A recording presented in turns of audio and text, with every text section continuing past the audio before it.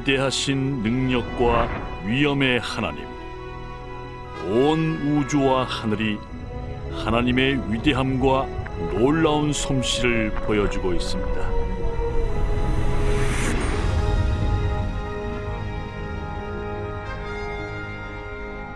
날은 날에게, 밤은 밤에게 하나님을 증거하고 있습니다. 하늘을 창조하신 하나님이 땅도 지으셨고 땅의 흙으로 인간을 만드셔서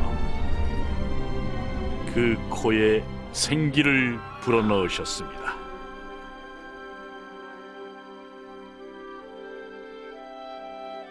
사랑의 하나님께서 자신의 형상대로 남자와 여자를 만드시고 하나님과 사귀게 하셨습니다.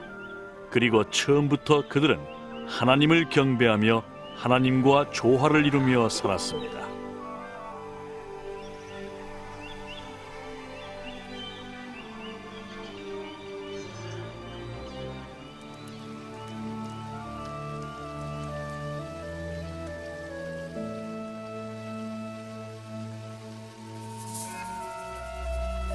어느 날 사탄이 유혹하여 하나님이 금하신 열매를 여자가 먹고 남자에게 주어 하나님과의 사귐은 깨어지고 말았습니다.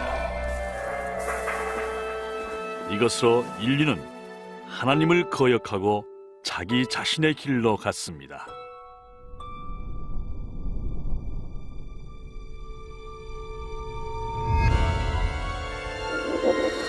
이 죄로 인하여 인간은 하나님을 떠나게 되었고 에덴 동산에서 쫓겨나게 되었습니다.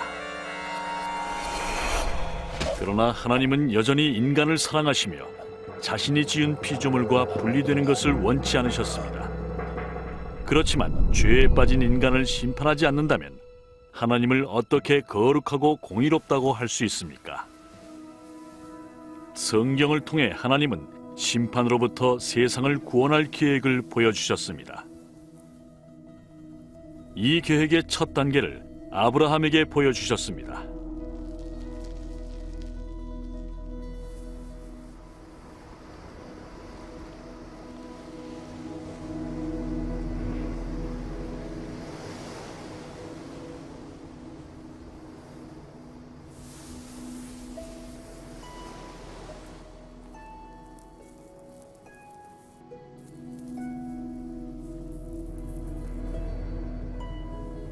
아브라함은 의로운 사람이어서 하나님께서 그를 축복하시고 그의 후손들은 바다의 모래와 하늘의 별처럼 많아지리라 약속하셨습니다.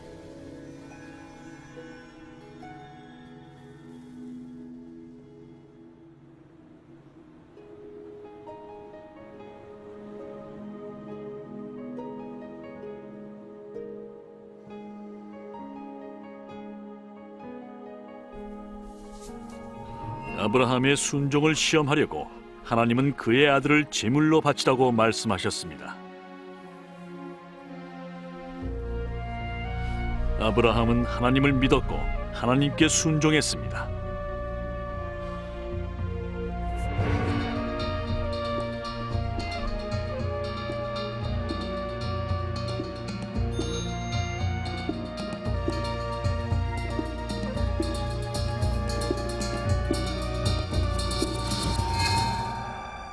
그런데 아브라함이 칼로 아들을 죽이려는 순간 하나님의 천사가 그를 막았습니다.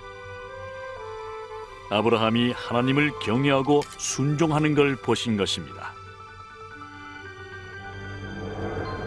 그때 아브라함은 불이 나무에 걸린 어린 양을 보았고 아들 대신 그 어린 양을 잡아 하나님께 제사를 드렸습니다.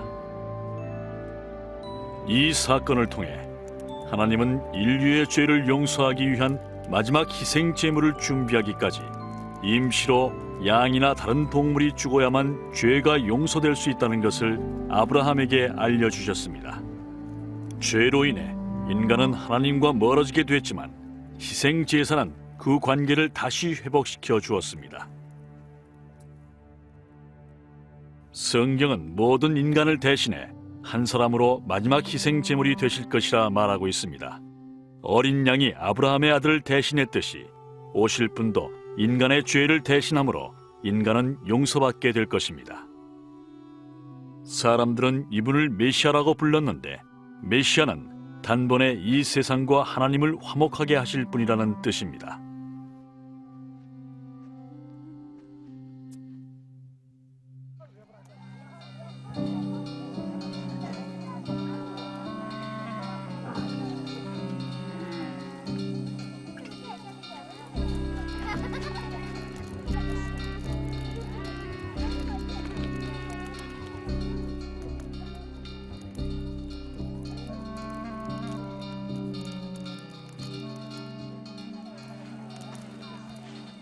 선지자들은 이미 수백 년 전에 메시아에 대해 아주 자세하게 예언했습니다. 선지자 이사야는 그가 기적적으로 탄생할 것을 예언했습니다. 처녀가 잉태하여 아들을 낳을 것이니 영적으로 하나님의 아들이라 불릴 것이라는 예언이었습니다. 선지자 미가는 메시아가 베들레헴에서 태어날 것을 예언했습니다. 선지자 스가랴는 메시아가 나귀를 타고 예루살렘 성에 입성할 것과 제자 중 하나인 가롯 유다에 의해 배반당할 것을 예언했습니다. 선지자 이사야는 메시아가 오셔서 하실 일을 예언했습니다. 하나님의 기름 부음 받은 자가 오셔서 가난한 자에게 복음을 전하고 상한 자를 고치시며 포로된 자에게 자유를, 그리고 자기 백성을 구하러 오실 때 자유를 선포할 것이다. 그러면 메시아는 누구신가? 1세기 예수라는 선지자가 있었습니다. 어떤 사람들은 선지자들이 예언한 그 사람이라고 생각했습니다. 정말 그럴까? 과연 그에 대해 예언되었던 모든 것이 그대로 성취되었을까? 과연 예수는 선지자 그 이상이었을까? 다음 이야기는 성경에 기록된 것으로 그분을 목격했던 사람들의 증언에 기초한 이야기입니다.